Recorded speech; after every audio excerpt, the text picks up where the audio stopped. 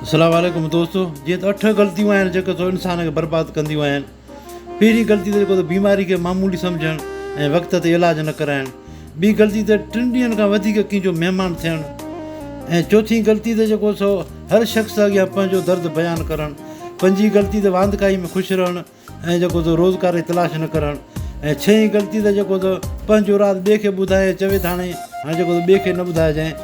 ऐं सतीं ग़लती त पंहिंजी कमाई खां वधीक जेको त ख़र्चु करणु। ऐं जेको त अठीं ग़लती त ॿिए जे ग़म में शरीक न थियणु। जो इहे 8 ग़लतियूं आहिनि जेको इंसान खे बर्बादु कंदियूं आहिनि। प्लाट अगरि जे रोड ते हूंदो आहे त उनजी क़ीमत घणी हूंदी आहे। अगरि जे फसल रोड ते हूंदो आहे उनजी क़ीमत घणी हूंदी आहे। अगरि इंसानु रोड ते अची वेंदो आहे त उनजी का बि क़ीमत कान्हे का। जेको ॾिसंदो आहे जेको त पासो करे हलियो वेंदो आहे। वॾो धाॻो ऐं वॾी ज़बान ॿिन्हिनि खे कंट्रोल में रखिजे, न त इहे ॿई नुक़सानकार हूंदियूं आहिनि।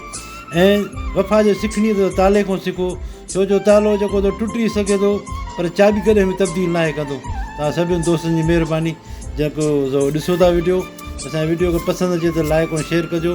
तव्हां सभिनि दोस्तनि जी महिरबानी।